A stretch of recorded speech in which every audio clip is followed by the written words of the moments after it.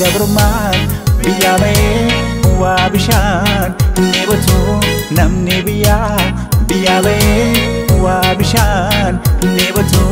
Yaa Oromoo saba kiyyaa harka Rabbii keessa jira. Yaa Oromoo saba kiyyaa akka Rabbiitti as jira.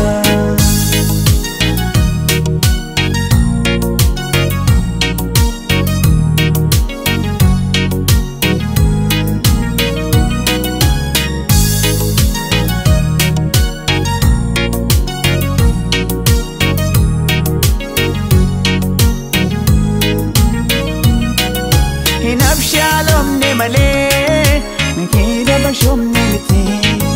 Hinabshaalomne malee hina bashomne miti. Karaa nu baasu nu beeka karaan kan bilisummaa. Walii galanii alumaa galanii yoo waliin galemmoo alattuu qabaani. Yoo walii galanii alumaa galanii yoo waliin galemmoo alattuu qabaani.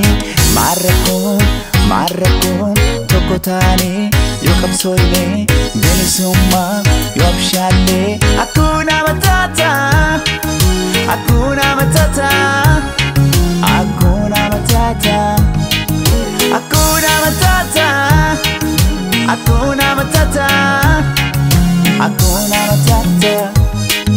Gadaan gadaa keenya duudha gayyaa Rabbii araara kee feenaa kun isa sakkisaa sun isa chakkisaa. Kun Oromoo dhiigaa kun Oromoo dhiigaa wanta baha hin taane waan lubbuu waan dhiigaa harkisaan jabaate fonfoon irraan cinnee hin cinnu hin cincinnee hin bannu hin babbanne akka ilmoo baan qabne baanee galuu dhabne duudha gayyaa Rabbii. Kan gabrummaan biyyaa ba'ee waa bishaan ni batu namni biyyaa ba'ee waa bishaan ni batu. Yaa Oromoo saba kiyyaa harka Rabbii keessa jira. Yaa Oromoo saba kiyyaa akka Rabbiitti as jira.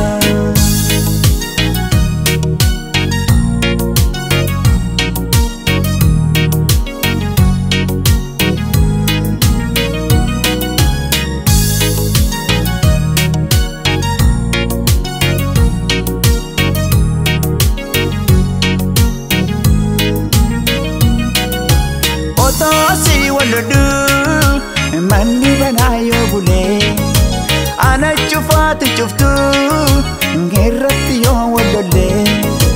Bineensi waan fedhani alaanatti gale amma cufannutti illee dangaraallu malee. Bineensi waan fedhani alaanatti gale amma cufannutti illee dangaraallu malee. Maarrakkoon tokko taane yoo qabsoofne bilisummaa yoo abshaalle. Tokko taane yoo qabsoofne bilisummaa yoo abshaalle. Aluuta continua aluuta continua aluuta continua aluuta continua aluuta continua aluuta continua. Gadaan gadaa keenya duudha gayyaa Rabbii araara kee feenaa kun isa sakkisaa sun isa chakkisaa. Kun Oromoo dhiigaa kun Oromoo dhiigaa wanta baha hin taane waan lubbuu waan dhiigaa harkisaan jabaate fonfoon irraan cinnee